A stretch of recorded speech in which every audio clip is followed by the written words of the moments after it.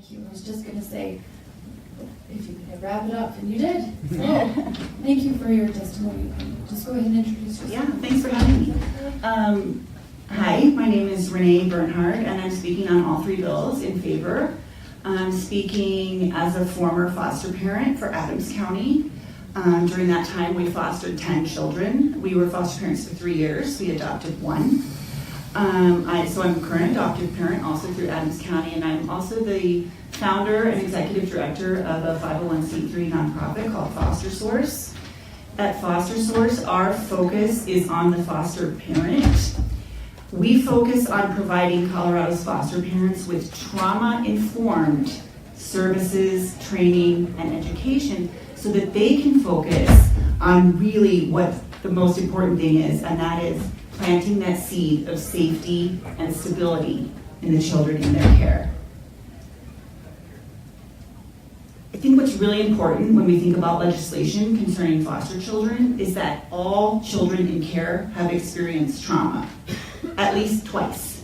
They've experienced whatever it was that caused there to need to be a removal to begin with, and then the actual removal itself was another traumatization. So foster parents are taking these trauma children, and parenting a child with a traumatic background looks so different than parenting a child who has not experienced trauma. You can't even compare it. It's like comparing apples to pinwheels. So both are wonderful, but they're so different. So you can imagine our delight when we see legislation that addresses things like childcare for children in care, school of origin, transportation. What that does when we pour those services into foster parents is it helps them focus on sparking the healing in the foster child instead of focusing on those day-to-day necessities that should be a given.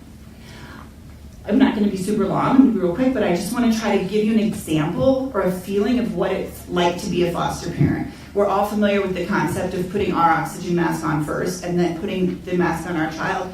Once we do that, oxygen is flowing freely to both of us.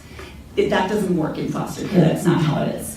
It's a little different. In foster care, it's more like you're at your favorite restaurant and your server has brought you and your child a glass of water.